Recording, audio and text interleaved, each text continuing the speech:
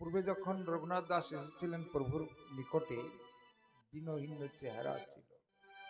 আজ মহাপ্রসাদ পেয়ে হৃষ্ট পুষ্ট বলিষ্ঠ, চুল দাড়ি।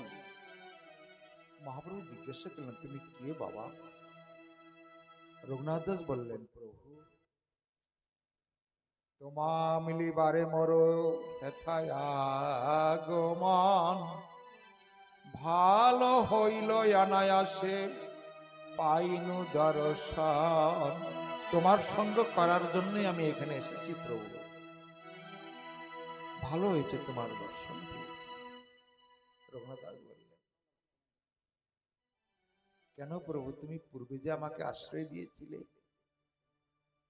সেই গোবর্ধন পুত্র কুপুত্র এই অধম রঘুনাথ দাস। আরে আরে, আমরা তো প্রত্যেক দিন গোবিন্দের প্রসাদ পাই। তোমাকে তো আমি আশ্রয় দিয়েছিলাম দিনের বেলায় জঙ্গলে পলায় থাকবে, রাত্রি এসে আমাদের সঙ্গে প্রসাদ পাবে।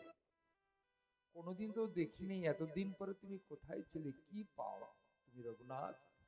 বলছে, প্রভু তুমি যা পাওয়া তাই পাই।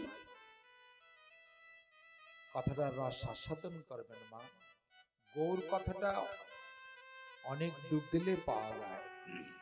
মণি মাণিক্য কিন্তু উপরে থাকে না, গভীর সমুদ্রে থাকে। এই যে হীরাটা থাকে কিন্তু গভীর অতল তলে। যারা ডুবুরি তারাই জানে যে হীরা মণি মাণিক্য কোথায় থাকে। এর জন্য মহাপ্রভুর বাণী চৈতন্য চরিতামৃত, আজকে যে চৈতন্য চরিতামৃত আলোচনা করছি, এটা আমার এই সুনির্মল বাবা নবদ্বীপের থেকে দশম খণ্ড পর্যন্ত এনেছে, এনে রেখে দিয়েছিলেন। আজকে আমাকে যখন দেখালেন তখন বললাম, বাবা ঠিক আছে, আজকেই তার আমি কীর্তন করব। প্রত্যেক দিন তুমি একটা লাইন করে পাঠ করবে। গ্রন্থ আদি এনে ঘরে রেখে দিলে হবে না, কিছু কিছু কীর্তন করতে হবে, তাহলে সিনা ওর জ্ঞান আমার ভিতরে প্রবেশ করবে। এই যে চৈতন্য চরিতামৃতের যে মূর্ধল্য পরিচ্ছেদগুলো আপনাদের সঙ্গে তুলে ধরছি, এটা হচ্ছে আমাদের সুনির্মল বাবা এই গ্রন্থগুলো এনেছিলেন। সে নতুন গ্রন্থ থেকে এই অধ্যায়গুলি আপনাদের সম্মুখে তুলে ধরছি। রঘুনাথ দাস ভক্তের কথা। রঘুনাথ দাস হচ্ছে ভক্ত, আর ভগবান হচ্ছেন মহাপ্রভু। তো মহাপ্রভু বললেন, রঘুনাথ তোমাকে এত সুন্দর দেখাচ্ছে, পূর্বে যখন তুমি এসেছিলে তোমার জরাজীর্ণ দেহ, মাথায় তেল ছিল না, শরীরটা শুকাই গিয়েছিল, আজকে তোমাকে এত সুন্দর দেখাচ্ছে, তুমি কি পাও বলো তো রঘুনাথ? রঘুনাথ বললেন যে, প্রভু তুমি যা পাও। আরে বলো না তুমি কি পাও। তথাপি বললেন না। ভক্ত কি পায় ভগবান জানার জন্য তার পিছে লেগে গেলেন। সনাতনকে বললেন, সনাতন কি প্রভু? আরে রঘুনাথ দাস তো আমাকে বললো না কি পায়, আমি একটু কালকে রঘুনাথ দাস খোঁজে যাব, তোমরা এখানে থেকো। ঠিক আছে। মহাপ্রভু পরের দিনকে বেরিয়ে পড়লেন ভক্তের খোঁজে। ভক্ত ভগবানকে খোঁজে, আর ভগবান কখনো কখনো ভক্তকে খোঁজে। মহাপ্রভু খুঁজলেন আছে। এখন দেখতে দেখতে দেখতে দেখতে রঘুনাথ দাস যে কোথায় উদাও হয়ে গেছে, আর দেখা পায়নি। ফিরে এলেন। সনাতন বললেন যে, প্রভু দেখা পেলে? বলতে, না পাইনি, আগামী দিন আমি আবার যাব। তো কয়েকদিন পরে যখন মহাপ্রভুকে দর্শন করার জন্য সনাতন আসলেন, রঘুনাথ দাস আসলেন, তখন বলছে, রঘুনাথ কি প্রভু, তোমাকে খোঁজার জন্য আমি অনেক পথ অতিক্রম করলাম, তোমার তো দর্শন পেলাম না, তুমি কোথায় থাকো? বলছে, প্রভু আমি যে কোথায় থাকি তুমি তো জানো, কি জানুক বা না জানুক তুমি তো জানো না প্রভু। বলছে, হ্যাঁ তা তো আমি জানি, তবে ঠিক আছে আজকে আমি দেখবই তুমি কোথায় থাকো। মহাপ্রভু চলে গেলেন দিনের বেলায়। দিনের বেলা খুঁজতে লাগলেন, খুঁজতে খুঁজতে দেখেন রঘুনাথ দাস বৃক্ষের পরে চড়ে। মহাপ্রভু খুঁজছেন, খুঁজতে খুঁজতে বৃক্ষের তলায়, রোদ্দুর প্রচন্ড রোদ্দুর, এক বৃক্ষের তলায় গেলেন। বৃক্ষের তলায় গিয়ে মনে মনে ভাবছেন যে রঘুনাথ দাসটা গেল কোথায়। এই করতে করতে রঘুনাথ দাস নামে প্রেমে বিভোর হয়ে চোখের জল টপ টপ যখন পড়ছে উপরের থেকে, মহাপ্রভুর গায়ে সেই চক্রের জল এক টপ তখন পড়লেন। উপর দিকে তাকে দেখে কি যে এক ভক্ত বৃক্ষে বসে ক্রন্দন করছে। পা দুখানা দেখলেন, বৃক্ষে বসে রঘুনাথ দাস বৃক্ষকে জড়ায় ধরে বলছে, বৃক্ষ আমার তো কেউ সাহারা দেওয়া কেউ নেই, কার কাছে যাব? যার কাছে যাই দুঃখ জানাতে সে আমাকে আরো অত্যাধিক দুঃখ দেয়। এই সংসার জীব যার কাছে দুঃখ জানাবার জন্য যায়, উল্টা সে আরো দুঃখ দেয়। সংসারে আমার দুঃখ বোঝার মতন কেউ নেই। যার কাছে দুঃখ জানাতে যাই সে আমার থেকে আরো বেশি শতগুণে দুঃখিত। আমার দুঃখ জানাবার জায়গা নেই। বৃক্ষ, তুমি আমার দুঃখ বোঝো। তাই বৃক্ষকে জড়াই ধরে রঘুনাথ দাস ক্রন্দন করে বলছে, প্রভু তুমি কত করুণাময়। এই বিশ্বে আমাকে কেহই আশ্রয় দেয়নি, এই বৃক্ষরূপে এই ভক্ত বৈষ্ণব কি আমাকে আশ্রয় দিয়েছে, কি করুন। এই বলে রঘুনাথ দাস দুই চক্ষের জলে বক্ষ ভেসে যাচ্ছে। সেই প্রেম জলে মহাপ্রভু অঙ্গে এক বিন্দু পতন হলো। পতন হওয়ার সঙ্গে সঙ্গে যখন উপর দিকে তাকালেন, দেখে এক সাধু বাবা বৃক্ষে বসে রয়েছে। তখন মহাপ্রভু করজোড়ে বললেন, তুমি কে বাবা? ভক্ত ভগবানকে করজোড়ে স্তুতি করে এবং ভগবান আজ ভক্তকে স্তুতি করে বলছে, তুমি কে বাবা? কি পড়লো আমার শরীরে? তুমি কি? এই শব্দ যখন শুনলেন রঘুনাথ দাস দেখেছে তো আমার ইষ্টদেব যিনি আমাকে আশ্রয় দিয়েছেন। তখন বৃক্ষের তলের থেকে নেমে মহাপ্রভুর চরণে তিনি আঁকড়ে ধরলেন। আঁকড়ে ধরে বললেন যে, প্রভু তুমি? বলছে, হ্যাঁ রঘুনাথ, তুমি কোথায় থাকো, কি করো, তাই আমি দেখার জন্য আসছি। এর জন্য তার যদি ভক্ত হওয়া যায়, তার যদি নামে তার সঙ্গ যদি করা যায়, সে তোমাকে খুঁজে নিবে। প্রত্যেকটা ভক্তকে ভগবান খুঁজে নিবে যে আমার ভক্ত কেমন, কোন ভাবে, কোন পরিস্থিতিতে রয়েছে। তোমার খোঁজা লাগবে না, ভগবানই তোমাকে খুঁজে নেবে। জয় জয় নিতাই গৌর প্রেমানন্দে, হরি হরি বল, হরি জয় জয় শ্রী রাধে। এই যে বাবা যে চৈতন্য চরিতামৃত যে এনেছেন, এই চৈতন্য চরিতামৃত থেকে এই লীলাগুলি আপনাদেরকে তুলে ধরছি। কত সুন্দর উপাখ্যান এখানে রয়েছে, আমাদের জানতে হবে, বুঝতে হবে। তো যাই হোক, তখন বলছে, রঘুনাথ দাস তোমার তো দর্শন পেলাম, কিন্তু তুমি যে কি পাও তা তো আমি তো জানলাম না, বুঝলাম না। বলছে, না প্রভু তোমাকে আর জানতে হবে না, ওটা তুমি জানো না। বলছে, না প্রভু তোমাকে জানাবো না। মহাপ্রভু, ঠিক আছে তুমি না জানো না জানো। মহাপ্রভু আবার সিয়াডি লেগে গেলেন। উনি মনে মনে ভাবলেন যে আমি রঘুনাথ দাস যে কি পায় আমাকে দেখতে হবে। মহাপ্রভু চলে এলেন, গম্ভীরা এসে আবার হরি নাম সংকীর্তন করলেন ভক্তদের সঙ্গে। সেদিনকে রঘুনাথ দাস আসছে। মনে মনে ভাবলেন, দেখো আজকে আমি রঘুনাথ দাসের দেখা পেয়েছি, কিন্তু কি পায় তা আমি অন্বেষণ করতে পারি না। তবে আজকে মনে হয় অবশ্যই জানতে পারবো। মহাপ্রভু গম্ভীরায় কীর্তন করছেন, কীর্তন করতে করতে বৈষ্ণবরা প্রসাদ পেয়ে যে উচ্ছিষ্ট প্রসাদগুলি ড্রেনে গিয়ে ফেলে দিয়েছেন। তখন মহাপ্রভু বেরিয়ে পড়লেন ওই অন্ধকার রাত্রে। যে পথে যাচ্ছেন, ওই ড্রেনের পাশে যাচ্ছেন রঘুনাথকে দর্শন করার জন্য। ওই পাশে গদ গদ খস খস খস শব্দ হচ্ছে। মনে মনে ভাবলেন, কি শব্দ হচ্ছে? তখন ভালো করে অন্ধকার রাত্র তো, ভালো করে মহাপ্রভু তাকে দেখেন কি একটা মানব, কিচ্ছু বলেননি। এদিকে তো রঘুনাথ দাস মুখে কৃষ্ণ নাম, বৈষ্ণবের উচ্ছিষ্ট এক একটা করে কালেকশন করছে। এই পাদার থেকে একটা, ওই পাদার থেকে একটা, ওই পাদার থেকে একটা, এরকম করে করে এত যখন এতগুলি হয় অন্য, তখন ওই গঙ্গা জলে নিয়ে ধৌত করে মহাপ্রভুকে নিবেদন করে, গৌরব কৃষ্ণকে নিবেদন করে পান। মহাপ্রভু দেখলেন যে উনি কি করে আমাকে দেখতে হবে।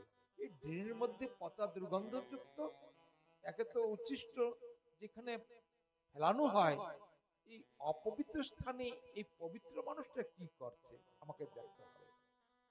দেখলেন যে এক এক করে একটু করে এক মুঠ অন্ন যখন হয়েছে, পাশেই গঙ্গা, গঙ্গায় গিয়ে উনি ধৌত করলেন। রঘুনাথ দাস ধৌত করে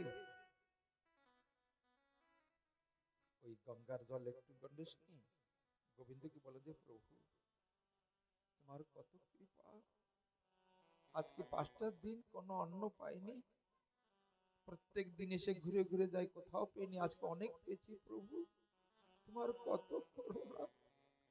এ বলে রঘুনাথ দাস গঙ্গা জল নিয়ে পেলেন। আহ কি শান্তি! মহাপ্রভু ওই দৃশ্য দেখে ক্রন্দন করলেন যে হে ভক্ত, হে রঘুনাথ, আমি কোথায় কলার ঝোল, কলার মোচা, কত বিভিন্ন প্রকার সবজি, কত কি পাই, আর তুমি কি না এই নর্দমা উচ্ছিষ্ট এগুলি পাও। মহাপ্রভু কিছুই বললেন না, উনি গম্ভীরায় চলে এলেন। গম্ভীরায় চলে এসে সনাতনকে জড়িয়ে ধরে বললেন, সনাতন আয়, সনাতন তোকে আমি জড়িয়ে ধরে আমার প্রাণটা একটু শীতল করি। বলো নিতাই গৌর সীতানাথ প্রেমানন্দে হরি বল, হরি বল। তার কৃপা কখন হয়? তার প্রতি যখন মনটা আকৃষ্ট হয়। এই জন্য খাদ্যটার কথা বলছি মা। মহাপ্রভু সনাতনকে জড়িয়ে ধরে বললেন, সনাতন রে, আমি যে দৃশ্য আজকে দর্শন করলাম আমি সহ্য করতে পারছি না। রঘুনাথকে আমি আশ্রয় দিয়েছি ঠিক, কিন্তু রঘুনাথ যে মহাপ্রসাদ পাচ্ছে ওনা আমাকে দেয়নি, এর জন্য আমি খুব দুঃখিত। বলছে দেয়নি বললেন না, আরে ও যে কি প্রসাদ পাচ্ছেন আর আমরা কি পাই, কথাগুলি ভাববার আছে। সময়ের অভাবে আমি সম্পূর্ণভাবে বিস্তারিত ভাবে বর্ণনা করতে পারি না, এর জন্য দুঃখিত। মহাপ্রভু মনে মনে ভাবলেন এই প্রসাদটা আমাকে পেতেই হবে। তারপরের দিনকে আবার রঘুনাথ দাস খুঁজে চলে গেলেন। মহাপ্রভু পরের দিনকে গিয়ে দেখি কি রঘুনাথ দাস রাত্র 12টায় যখন নিঝুম ঘুমে সবাই ঘুমিয়ে পড়ে, রঘুনাথ দাস এসে ওই এই পাতার থেকে ওই পাতার থেকে উচ্ছিষ্ট কালেকশন করে গঙ্গায় ধৌত করে যখন পেতে যাবেন, মহাপ্রভু গিয়ে হাত চেপে ধরলেন। বলছে রঘুনাথ, বলছে প্রভু, বলছে তুমি, বলছে হ্যাঁ। রঘুনাথ তুমি প্রত্যেক দিন এমনি অমৃত পাও, কই কোনদিন তো আমাকে অর্পণ করে না। রঘুনাথ বললেন যে প্রভু তুমি গম্ভীরায় কত সুস্বাদন্ন পাও আমি দেখেছি প্রভু, আমার মনে চাইলেও আমি যেতে পারি না। কেন জানো? যদি আমাকে যদি কেউ দেখে ফেলায়, এর জন্য লুকাইতে ভাবে ওই বৈষ্ণবের উচ্ছিষ্ট, যারা বৈষ্ণবগণ খেয়ে খেয়ে প্রসাদ পেয়ে যে উচ্ছিষ্টগুলি এই নর্দমে ফেলেছে, আমি দেখেছি রঘুনাথ, তোমাকে আর বলতে হবে না। বলছে প্রভু তুমি বিশ্ব ব্রহ্মাণ্ডের মালিক, বিশ্ব ভক্তগণ তোমাকে কত ভাবে, কত মিষ্টি মিঠাই কত কি তোমাকে দেয়, তা ধুয়ে তুমি কিনে এই উচ্ছিষ্ট দিকে তোমার মন আকৃষ্ট। মহাপ্রভু বললেন যে রঘুনাথ, ভক্তরা তো কত মিষ্টি মিঠাই ক্ষীরি ছানা ননি দেয়, নদী কিন্তু তুমি কি ভাবছো আমি পাই না? আমার এক নাম হচ্ছে ভাবগ্রাহী, আমি ভক্তের ভাবটুকু গ্রহণ করি। ভক্ত যেমন ভাবে আমাকে দেয় শুদ্ধ ভাবে, সেটাই আমি গ্রহণ করি। বলো নিতাই গৌরে প্রেমানন্দে হরি হরি, জয় জয় শ্রী রাধে।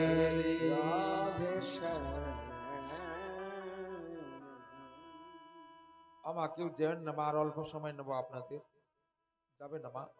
গৃহকর্তা আপনাদের জন্য প্রসাদ তৈরি করেছেন, দূর দূরান্ত থেকে যারা আসছেন, বাবা আমাকে বলছেন বাবা আমি প্রত্যেক বছর যতদূর সম্ভব আমি ভক্তদেরকে কিছু অন্ন প্রসাদ দেওয়ার জন্য ব্যবস্থা রাখি, এবং সে অন্ন প্রসাদ করে রেখেছেন গৃহকর্তা। সকলে অন্ন প্রসাদ নিয়ে যাবেন। শীতকালে দিন তো বুঝতে পেরেছি সময় করতে আমাদের লম্বই হয়ে গেছে, আর অল্প সময় আপনাদের নিব মা, কেউ যাবেন না প্রসাদ না পেয়ে। আগামী দিন থেকে ঠিক সময় মতো না আসবেন, 6টা থেকে 9টা পর্যন্ত করবো, ঠান্ডার সময় তো। দেখুন তো, শ্রীকৃষ্ণ চরিত্রের কথা, গৌর কথা অমৃতদায়ক। সারা জন্ম তো ঘুমালাম, খেলাম, কত কি করলাম, কিন্তু পরপারে যাওয়ার জন্য আমি কিছু চিন্তা করেছি কি, এই যে মেয়েরাই ঠান্ডার মধ্যে বসে ভাগবত কথা শ্রবণ করছেন, কৃষ্ণ কথা, গৌর কথা, হ্যাঁ, এদের তো তুলনাই হয় না। মহাপ্রভু এদের প্রতি যে কত কৃপা, অকৈতব্য কৃপা করলেন। মহাপ্রভুর প্রেম কি সকলে পেতে পারে? নিত্যানন্দ মহাপ্রভুকে যখন চৈতন্য মহাপ্রভু বললেন যে নিতাই অবধূত, তুমি আমার এই প্রেম ধন গিয়ে প্রত্যেক বাজারে গিয়ে তুমি প্রত্যেক দোকানে দোকানে গিয়ে বিতরণ করে আসো। নিত্যানন্দ মহাপ্রভু যখন এই মহাধন নিয়ে গেলেন, প্রত্যেক দোকানে দোকানে গিয়ে দিয়ে আসলেন বিনামূল্যে, প্রত্যেক দোকানে দিয়ে আসছেন, প্রয়োগ করেছে কিন্তু গ্রহণ করে নাই। করাই মানে নিয়েছে কিন্তু গ্রহণ করে নাই। গ্রহণ করা আর গ্রহণ করা, নিত্যানন্দ মহাপ্রভু তো প্রত্যেক দোকানে দোকানে মহাধন প্রেম ধন দিয়েছেন। প্রত্যেক দোকানে, কোন দোকানে? মুদি দোকানে, কাপড়ের দোকানে, আলুর দোকানে, সবজির দোকানে, ওই দোকানে দিয়েছে। না না না না, এই দোকানে। কোন দোকানে? এই দোকানে। আপনারা মহান, তাই আপনাদের দোকানে সে প্রেম ধন দিয়েছে, তাই এই যে মারা বৃদ্ধ ভাবে চাদর মুড়ি দিয়ে বসে রয়েছে, কারণ সে প্রেমের সন্ধান আপনারা পেয়েছেন। এই জন্য সবাই তার কৃপা পেতে পারে না। রঘুনাথ দাস একটা জমিদারের ছেলে হয়ে কত কৃপা পেলেন, তার কিসের অভাব ছিল? সুন্দর নারী পুরুষ সবই কত কি করতেন, তা থুয়ে উনি কঠোর ব্রত পথ অবলম্বন কেন করলেন? মহাপ্রভু বললেন, ভালো না খাইবে, ভালো না পরিবে, ভালো না থাকিবে, ভালো না করিবে,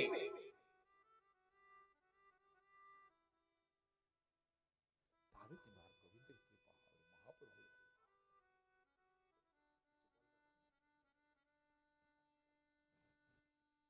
মহাপ্রভু আমার কেউ যাবেন না, আপনারা যদি, কেন আপনাদের জন্য কথা বলি বলছি মা। वो आँख नहीं श्री राधे, जो प्रभु का दर्शन प्रसाद नाने केउ जाबेन ना, विशेष अनुरोध। वो आँख नहीं जो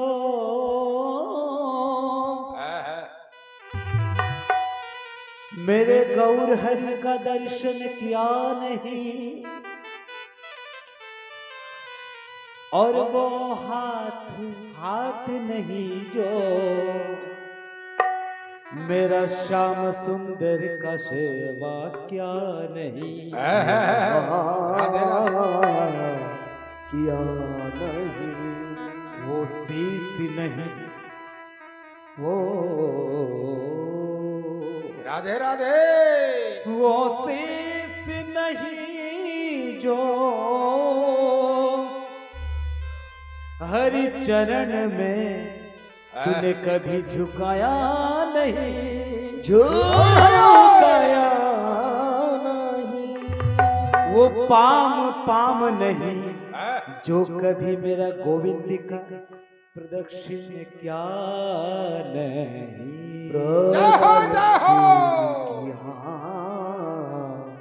नहीं अखिया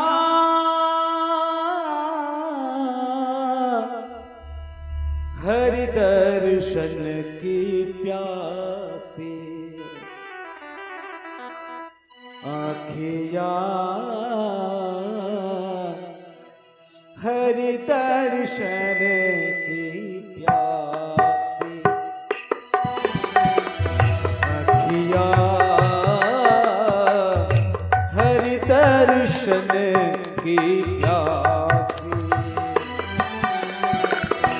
हरि दर्शन की प्यासी, मनुआ हरि दर्शन की प्यासी, अखिया हरि दर्शन की प्यासी हरि दर्शन की प्यासी।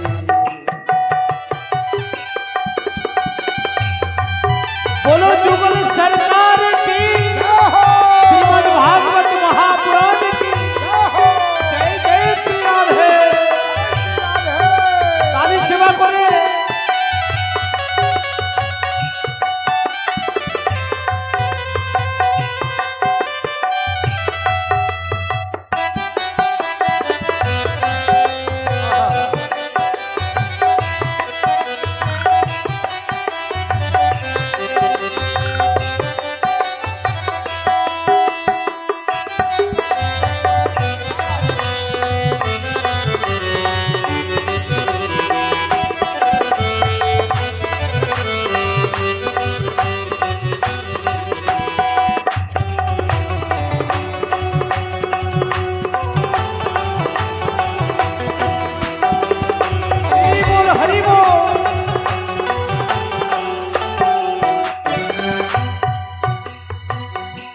देख चाहत कमल नयन को,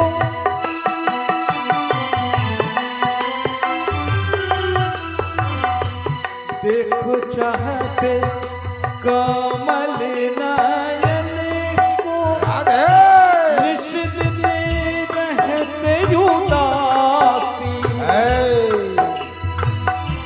केसर तिलक मोतियन की माला, केसर तिलक मोतियन की माला, वृंदावन के वासी हरि दर्शन की प्यासी। हरि दर्शन की प्यासी।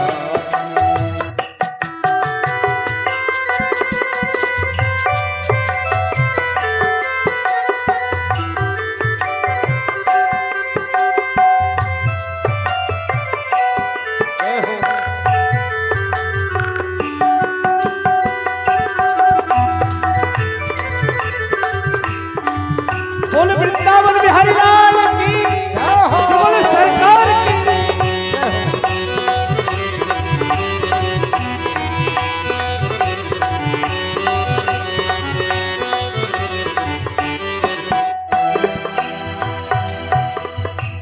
नेह लगाए तेगी गए तृण सब, डाली गए गली फांसी। नेह लगाए त्यागी गए तृण सम, डाली गए गली फांसी। काहू के मन की को जानत, काहू के मन की को जानत, लोगन के मनहासी। हरि दर्शन की प्यासी, आँखियाँ हरि दर्शन की प्यासी।